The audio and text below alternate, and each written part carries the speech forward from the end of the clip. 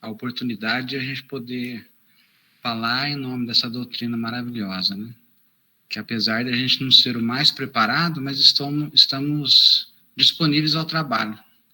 Assim como todos que estão aqui também estão disponíveis ao trabalho. Porque uma vez eu não esqueço, Alaide, que eu vi o Carlos Gomes falar que nós temos, assim, o espírita, né? O espiritismo, ele tem a função de fazer a humanidade evoluir, né? Moralmente, intelectualmente. E que no momento em que nós, cada um de nós, nos esforça para aumentar a nossa bagagem de conhecimentos espíritas, que nos levam a transformações morais, intelectuais, né, psicológicas, sentimentais, por aí vai um monte, né? Nós estamos ajudando a humanidade também a evoluir, porque nós somos parte da humanidade. Então, comecemos por nós e tentemos, ao mesmo tempo, né, agir na sociedade onde estamos em culto. E agradecer o Estevam pela prece, né, porque uma pessoa, um espírita, fazer uma prece para a gente né, é alguma coisa de muito valor. E essa passagem do capacete aí foi interessante, que há uns 15 dias atrás, Alaide, eu não comentei com você, mas eu faço mountain bike, né, todo mundo sabe, né? Velho gosta de fazer exercício. E o que acontece? Um rapazinho, um amigo meu, de 50 e poucos anos, um rapazinho, deu uma bobeirinha lá, caiu em cima de mim, nós estávamos na beira da rodovia e eu bati a cabeça no meio-fio. Mas graças ao capacete, né? Então, é uma analogia, né, essa lição, né?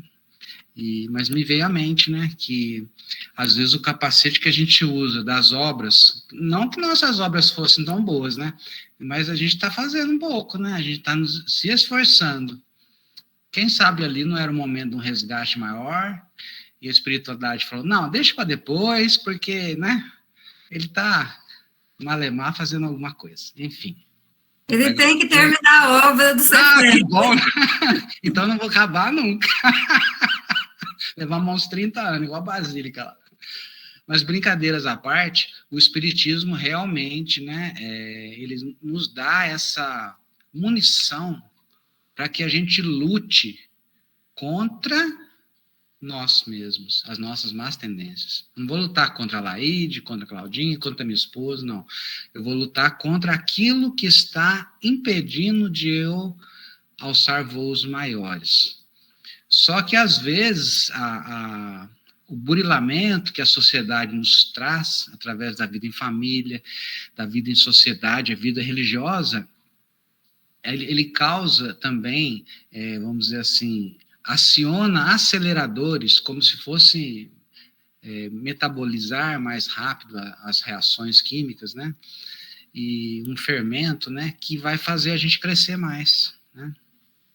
Então, hoje, nós estudaremos do livro dos médiuns, né, sobre fenômenos, né, espontâneos, fenômenos físicos espontâneos, né? E a gente vai estudar sobre o transporte de alguma coisa, de algum objeto, né? Então, de repente, aparece uma flor aqui. Eu até pus no grupo de ceareiros, não entrou ainda porque meu celular está no modo avião. De junho de 1861, da Revista Espírita, fala bem extenso um caso. Eu não vou passar hoje, senão vai ficar cansativo, porque eu já vou passar 18 slides sobre diretamente do livro. Mas fica aí vamos dizer, a opção de quem quiser ver um exemplo, porque se fosse me trazer ia demorar, ia ser muito difícil. Mas são poucos slides que vai falar sobre a questão dos transportes, e depois a maioria vai falar, o espírito Erasto vai dar uma explicação, algo que vai realmente calar em nós a questão dos fenômenos, né? Por que então, né, a espiritualidade não permite que as coisas aconteçam de uma maneira mais assim ostensiva e irrecusável para as nossas, né, percepções, e nos trariam talvez, né, a possibilidade de a gente acreditar sem dúvida. E da outra vez que eu fiz o estudo, acho que eu comentei isso também, não me lembro de qual que era o tema, seria o mesmo que a gente falar assim, por que Deus já não me criou perfeito, tal qual Jesus Não que ele tenha sido criado perfeito, ele é através do seu mérito. Mas por que será que Jesus já não me criou já perfeito, né? Ia economizar tanto suor para mim, né? Lágrimas e ranger de dentes? Mas não pode, as coisas não têm que ser assim. Então, seria o mesmo que o plano espiritual trazer algo assim, né, irrefutável, mas não ia adiantar, porque aqueles que não acreditam, eles iriam, né, e tem várias passagens, né, que a gente vê nos livros de André Luiz, né, as pessoas que aportam ao plano espiritual falam, mas deixa eu voltar para me contar, mas não adianta, já veio Jesus, já veio os profetas, já veio todo mundo e não adianta. Essa pessoa ela tem que ir e construir, e a evolução não dá saltos. Então, o espiritismo é isso, é alguma coisa que a gente vai construindo, e igual a Claudinha falou, o custo-benefício é muito bom, porque aquilo que a gente recebe de ajuda é imperceptível. Eu tenho a impressão que quando a gente chegar no plano espiritual, né, depois que a gente voltar ao equilíbrio, que a gente chega desequilibrado, né? Quando a gente conseguir um certo equilíbrio, quem sabe em outras, depois de outras encarnações, uma posição um pouquinho mais, né, vamos dizer assim, uma possibilidade maior, e a gente olhar cada momento que a gente passou aqui na existência, e cada ajuda que nós tivemos, a gente vai ficar envergonhado. Porque a gente vai falar assim, nossa, mas eu achava que ninguém era por mim, né? E aí, não, só faltou pegar no braço.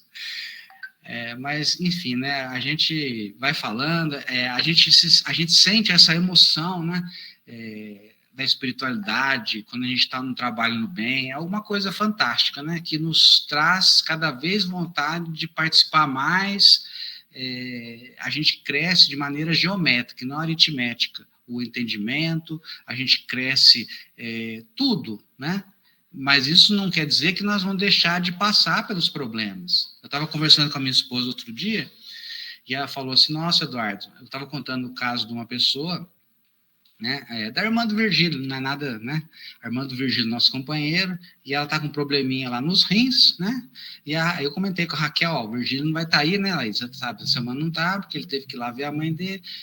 Aí a Raquel falou, nossa, mas né? Então quer dizer que o espírito ele não fica livre dos problemas, né? Nós também passamos.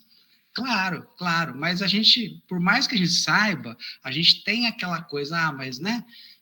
Graças ao que eu estou fazendo, então, minha cabeça, não é. A gente tem força para poder enfrentar de uma maneira mais, né? Vamos dizer assim, mais satisfatória, mas não quer dizer que vai ser nada afastado. Bom, deixa eu apresentar, porque senão a gente não entra no assunto, né? Então, gente, o Livro dos Médiuns, segunda parte, das manifestações espíritas, físicas e espontâneas, e sobre o fenômeno do transporte. Livro dos Médiuns. Então, eu me recordo que o primeiro livro que eu devorei, vamos falar assim, foi o Livro dos Espíritos. Foi a irmã a tia da Raquel, a Roseli, quem da cidade conhece, hoje está com Alzheimer, está passando uma provação difícil. E ela vivia conversando comigo, e vinha aquela questão dos espíritos falarem, né, dos acontecimentos, dos fenômenos, e aquilo, gente, sinceramente, eu achei que era algo que não me seria suficiente para mudar minha percepção de enxergar a vida. Ia ser só curioso, né? Mas aí eu pedi para ela, falou, Roseli, me dá um livro legal para me ler, que se eu gostar, eu vou ler, mas se eu não gostar, eu vou te falar, hein? Ela falou, não, ela pegou e me deu o Livro dos Espíritos, né? Olha o compromisso, né? Aí eu me tornei espírita sem frequentar uma casa espírita. Mas, enfim, o próximo que ela me deu foi o Livro dos Médiuns, e eu comecei a ler o Livro dos Médiuns, é um livro espetacular, gente, é um livro básico, né? O Pentateuco faz parte do Pentateuco da codificação kardeciana. O que é Pentateuco? São 5 livros básicos da doutrina. Se a gente pegar o Livro dos Espíritos, cada um lá se refere a um dos 5 livros, tem uma referência, que ele é esmiuçado, vamos dizer assim, nessas outras 4 obras, tá? E o Livro dos Médiuns é o que faz sequência. Só que eu, pela minha imaturidade e ao mesmo tempo o meu interesse era algo mais, assim, vamos dizer, mais filosófico, mais religioso, essa parte dos fenômenos não me chamava atenção. Eu falei para ela, eu parei de ler o livro, eu queria um livro igual ao primeiro. Aí ela me deu o livro O Evangelho segundo o Espiritismo. Ó, aí matou a pau na responsabilidade e veio com tudo. Mas, ou seja, quando se fala em livros dos médiuns, é a parte científica da doutrina, ela é importante. Mas a gente vai ver depois que Erasto, no final, ele vai fazer uma abordagem mais assim, não é tirando, mas pondo mais responsabilidade não nos fenômenos, e sim nas outras duas partes da religião, eu falo da religião espírita, que são três, né? São três princípios básicos, vamos ter a parte científica, a parte religiosa e a parte filosófica. É o tripé. Vamos imaginar um banco, eu fixei isso para mim não esquecer. Todo mundo já sentou numa banqueta, né? Aqui em casa temos banqueta de 4 pés. Às vezes ela manca, mas o de 3 não. O de 3 você pode pôr um mais curto, 10 centímetros, que ele não vai mancar. Ele pode até que você cair dele, mas ficar manco não fica. Então é isso. O tripé do espiritismo é a ciência, a filosofia com consequências religiosas. Então tudo tem a sua importância. Não tiramos de maneira nenhuma parte desse tripé a importância necessária. Porque quando a gente estuda, a gente começa a entender. Eu lembro que uma vez, antes de ser espírita, eu vi um programa no Jô Soares. Eu adorava ver alguns programas do Jô Soares, quando era de entrevistas, assim. Eu gostava mesmo, aquele que passava bem tarde.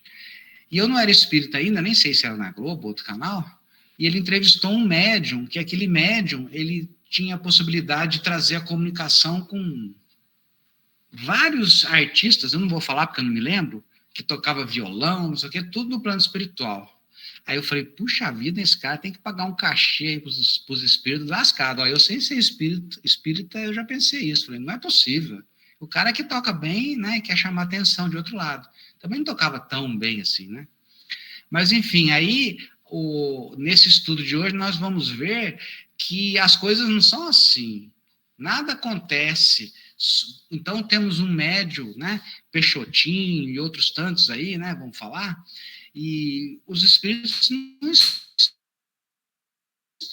estão sob as ordens dele. Ele está contribuindo para que aquele fenômeno aconteça. Mas a gente sabe que o telefone, né, isso aí é um jargão espírita, o telefone toca de lá para cá, né, e mais um tanto de outros jargões que a gente sabe que existem, que são verdadeiros no espiritismo, que a gente não tem os espíritos ao nosso comando. Tem que haver o quê? Primeiro, a permissão.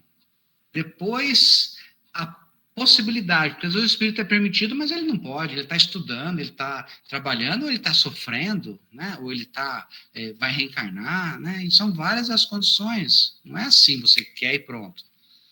Me veio à mente agora o exemplo que a gente pode dar de André Luiz, que ele queria, então, se comunicar com a mãe dele. Então, é toda uma dificuldade que existia ali pelo próprio estágio evolutivo diferente no plano espiritual.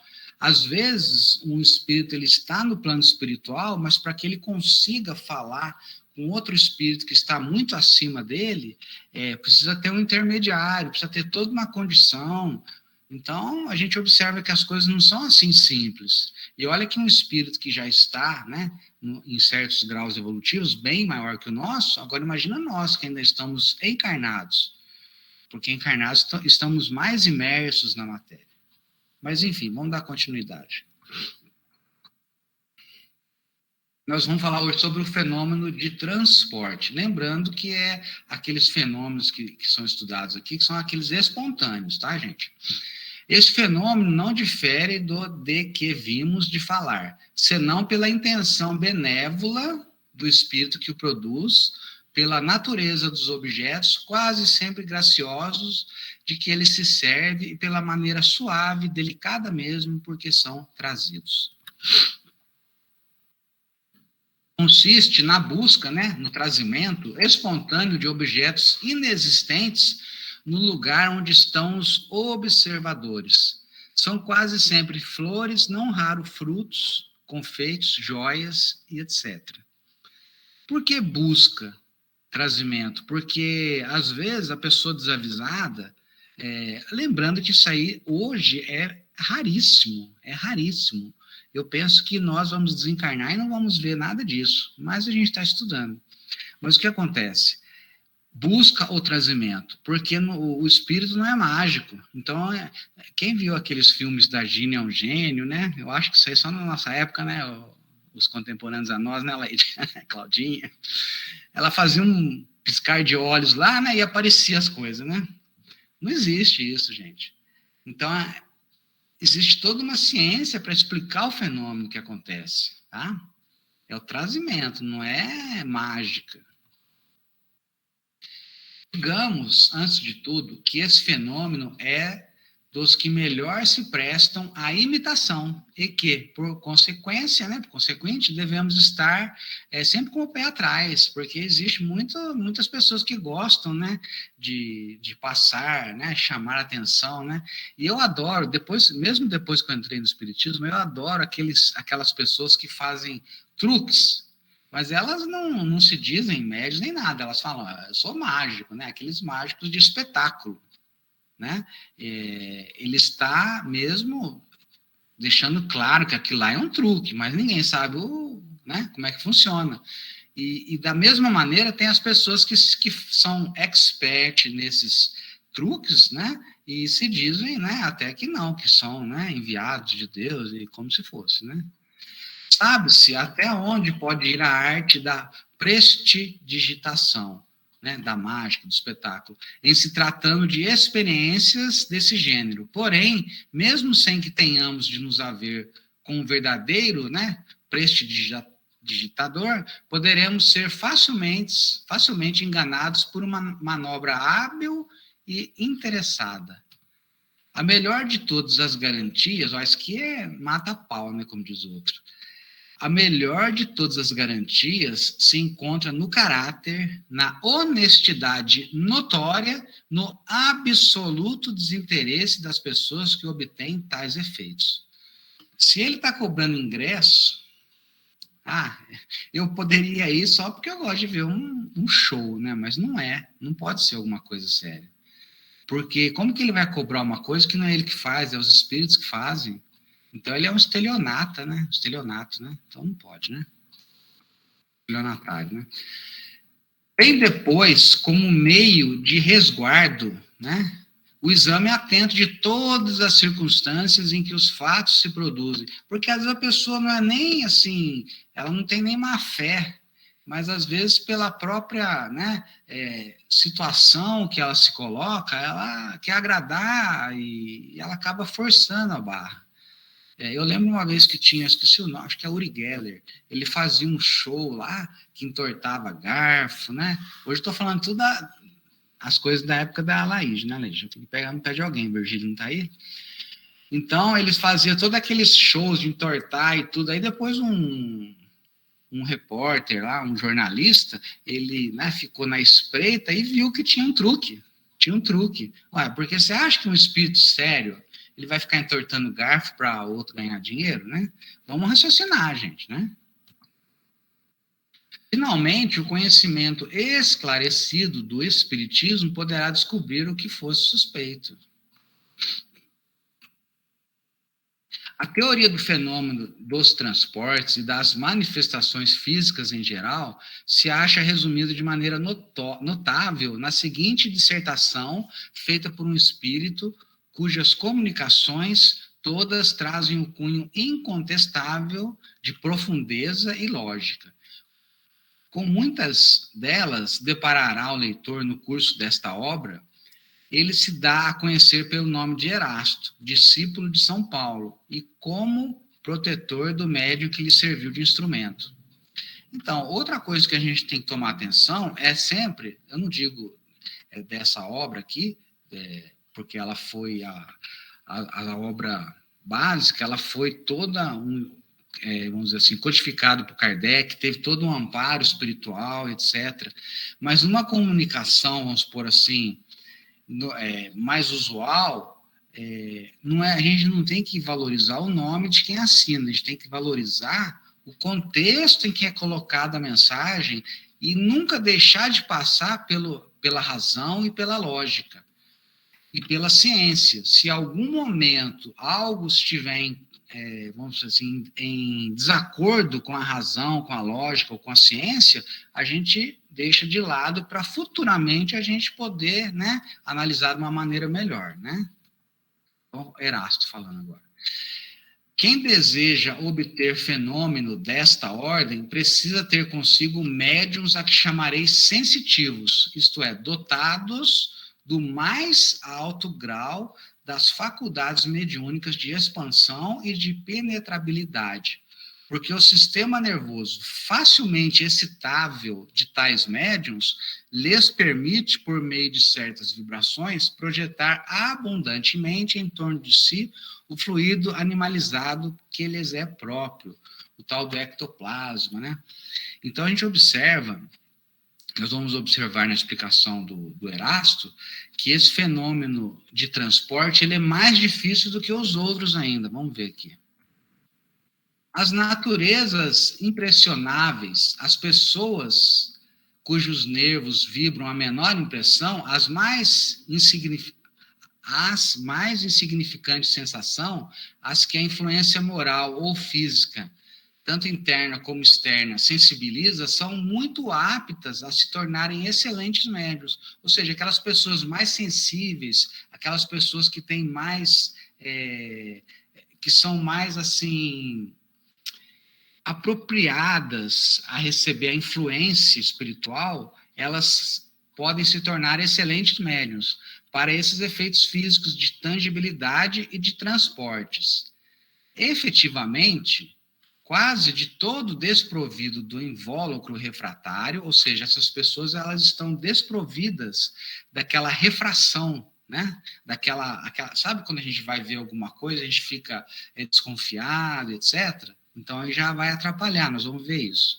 Que na maioria dos outros encarnados, o isola o sistema nervoso dessas pessoas, as capacita para a produção destes diversos fenômenos. Então, esses médiuns, né, vou resumir aqui, esses médiuns que está explicando aqui nesse texto, que são mais apropriados para esse tipo de fenômenos materiais, eles são praticamente únicos, vamos falar assim, o tipo de mediunidade deles. É diferente do médio psicógrafo, do médio vidente, porque ele tem essa possibilidade de o ectoplasma ele ceder com uma maior facilidade. Assim como um indivíduo de tal natureza e cujas outras faculdades não sejam hostis à mediunidade, facilmente se obterão os fenômenos de tangibilidade, as pancadas nas paredes e nos móveis, os movimentos inteligentes e mesmo a suspensão no espaço da mais pesada matéria inerte. Então, ele está falando não do transporte, está falando das outras, né, mediunidades físicas, né? Os mesmos resultados se conseguirão se, em vez de um médium, o experimentador dispuser muitos igualmente bem dotados. Ou seja, se um médium de efeito físico, ele tenta, de alguma maneira, produzir algum fenômeno de, igual citou aqui em cima, pancadas, tangibilidade, movimento, suspensão, vamos pensar nas mesas girantes, né, nos raps, né, que aconteceu em Hydesville. Então, quanto mais médiums tiver, melhor. Mas a gente vai observar que quando fala de fenômeno de transporte, é diferente, tem que ser um só. Olha lá, ó. Mas, da produção de tais fenômenos, a obtenção dos de transporte, há um mundo de permeio, porquanto, neste caso de transporte, né, não só o trabalho do espírito é mais complexo, mais difícil, como, sobretudo, ele não pode operar senão por meio de um único aparelho mediúnico, isto é, muitos médios não podem concorrer simultaneamente para a produção do mesmo fenômeno. Ou seja, para esse fenômeno acontecer, é um médium só. É um médium só que vai doar o fluido dele, de alguma maneira, é um médium só. Isso aí, pessoal, eu estudei e vi só agora. Eu também não imaginava isso. Sucede até que, ao contrário, né, dos outros, né, casos que precisam, que vários médiuns podem ajudar, olha lá, ao contrário, a presença de algumas pessoas antipáticas ao espírito que opera, lhes obsta radicalmente a operação. Ou seja, às vezes uma pessoa que estiver num grupo, ela pode impedir, né? Lembrando que hoje a gente estava estudando sobre os fenômenos espontâneos, mas aqui Erasto ele já fala um pouco mais sobre aqueles grupos que talvez forçassem a produção desse fenômeno. Ou não, né? Mas se tiver algum outro espírito, alguma outra pessoa antipática àquele espírito, já não consegue, já atrapalha tudo, porque é muito mais complexo a questão do transporte. A estes motivos a que, como vedes, não falta importância, acrescentemos que os transportes reclamam sempre maior concentração e, ao mesmo tempo, maior difusão de certos fluidos, que não podem ser obtidos senão com médios superiormente dotados, com aqueles, numa palavra, cujo aparelho eletromediúnico é o que melhores condições oferece. Lembrando que a obra, esse livro, ele foi escrito logo no início, bem no início do Espiritismo. Então, depois que houve o advento aí dos livros de André Luiz, que a gente observou as questões do mundo espiritual de uma maneira mais, né, invasiva, se a gente pode falar assim, até então a gente fala eletromediúnico, a gente fala dos fluidos, sem falar em ectoplasma, por isso, porque aos poucos foram amadurecendo e a gente foi conhecendo mais a vida lá no plano espiritual, né? Em geral, os fatos de transporte são e continuarão a ser extremamente raros, gente. Extremamente raros. Então, isso aqui é algo que a gente tem que ter muito em mente mesmo. Não é preciso demonstrar porque são e serão menos frequentes do que os outros fenômenos, né, que a gente citou atrás. Por quê? Porque ele precisa de uma concentração muito grande, precisa ter um médium muito, né, flexível nessa doação de fluidos, precisa ter um espírito mesmo mais treinado, né, e para que seria, né, além do que chamar atenção que existe alguma coisa além da matéria? Então, hoje não tem mais essa necessidade, né? Ademais, estes fenômenos são de tal natureza que nem todos os médiums servem para produzi-los, igual a gente falou agora há pouco, né? Com efeito, é necessário que entre o espírito e o médium influenciado exista uma certa afinidade, certa analogia, em suma, certa semelhança, capaz de permitir que a parte expansível do fluido perispirítico do encarnado, ele se mistura, se una, se combine com o do espírito que queira fazer um transporte. Então, tem toda essa, né, essa necessidade de ter um médium, né, que ele seja bem em afinidade com o espírito e que ele possa produzir também esse ectoplasma, esse fluido, né, do perispírito, para poder permitir. E o ambiente tem que ser muito reservado, tem que ser muito bem, vamos dizer assim, preparado para que acontecesse isso. Evidentemente que os fatos, né, de tangibilidade, como pancadas, suspensões e movimentos, são fenômenos simples, que se operam mediante a concentração e a dilatação de certos fluidos. Ou seja, eles são simples, mas também não são tão comuns, né? Porque são simples, a gente comparando com o fenômeno de transporte, né? E podem ser provocados e obtidos pela vontade e pelo trabalho dos médiuns aptos a isso, ao passo que os fatos de transporte são múltiplos, complexos, exigem um concurso de circunstâncias especiais, não se podem operar senão por um único espírito e um único médium, e necessitam uma combinação muito especial, foi o que a gente falou aí, né? Resumindo, os fenômenos, né, de tangibilidade são frequentes, mas os de transporte são muito raros. Isso quem fala é Erasto, tá, gente? Porque muito difíceis de realizar são as condições em que se produzem. Consequentemente, nenhum médium pode dizer a tal hora, em tal momento, obterei um transporte, visto que muitas vezes o próprio espírito se vê obstado na execução de sua obra. Ou seja, eu vou marcar uma hora, então, hoje, 8 horas, 10 horas da noite, eu vou chamar uma plateia aqui e vou fazer acontecer. Aí já vê que é embuste, não tem como, né?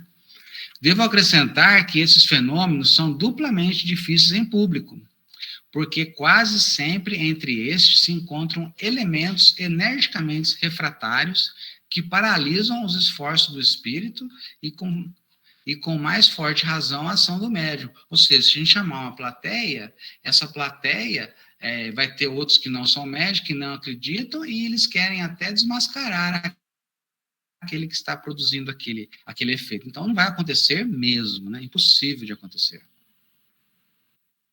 Tende, ao contrário, como certo que, na intimidade dos ditos fenômenos, se produzem quase sempre espontaneamente, que é o tema do estudo de hoje. Fenômenos físicos espontâneos. As mais das vezes, a revelia dos médiuns, e sem premeditação, sendo muito raros quando esses se acham prevenidos. Deveis deduzir daí que há motivo de suspeita, né, todas as vezes que um médium, né, ele vai querer falar e simplesmente que faz e acontece, né? Tende ainda como regra geral que os fenômenos espíritas não se produzem para constituir espetáculo e para divertir os curiosos.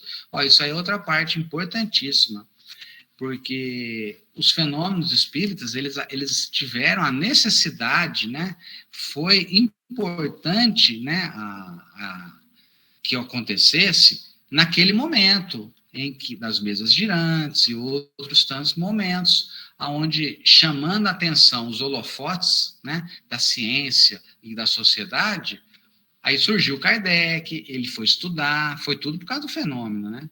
Mas hoje, será que teria necessidade? Olha lá, continuando, né, para divertir os curiosos? Se alguns espíritos se prestam a tais coisas, só pode ser para a produção de fenômenos simples, não para os que, como o uso de transporte e outros semelhantes, exigem condições excepcionais. Não são complexas, são excepcionais. Lembrai-vos, espíritas, ó, isso é para nós, de que, se é um absurdo repelir sistematicamente todos os fenômenos de além-túmulo, também não é de bom aviso aceitá-los todos cegamente. Ou seja, nós não podemos negar todos os fenômenos, mas também a gente não pode estar aceitando tudo, né? Achando que tudo é obra do plano espiritual, né? Quando um fenômeno de tangibilidade, de visibilidade ou de transporte se opera espontaneamente e de modo instantâneo, aceitai-o. Porém, nunca o repetirei demasiado. Não aceiteis coisa alguma às cegas, nada às cegas. Seja cada fato submetido a um exame minucioso, aprofundado e severo, porquanto crede o Espiritismo, tão rico em fenômenos sublimes e grandiosos, nada tem que ganhar com essas pequenas manifestações, né, que prestidigitadores hábeis podem imitar. Ou seja, foi o que eu disse no início, né? O Espiritismo é uma ciência, é uma filosofia que nos traz consequências religiosas tão grandes que não são esses fenômenos que vão fazer alguém mudar de objetivo na vida. A melhor coisa que existe é quando você estuda e vê a possibilidade moral de você poder melhorar, de você poder crescer, de você poder agir diferente. E os fenômenos são o quê? Entretenimento? Eles têm um motivo de chamar atenção, que existe algo mais, né? E para finalizar, então, falai ao coração. Por aí é que fareis maior número de conversões sérias. Se julgardes conveniente para certas pessoas valer-vos dos fatos materiais, ao menos apresentai-os em circunstâncias tais que não possam permitir nenhuma interpretação falsa e, sobretudo, não vos afasteis das condições normais dos mesmos fatos, porque apresentados em más condições, eles fornecem argumentos aos incrédulos em vez de convencê-los. Erasto. Então é isso. Se a gente quer convencer alguém, se a gente quer ajudar a pessoa a entender as coisas, não é com fenômenos que você vai convencer. Você vai convencer quando você der uma explicação mais consoladora para a morte, quando você der você conversar sobre as questões de provas, de expiações, né? Quando a gente falar assim, olha, a pessoa está passando por alguma coisa agora, mas no futuro próximo ela vai ter, né, um entendimento e ela vai, né, poder melhorar, a vida não acaba aqui.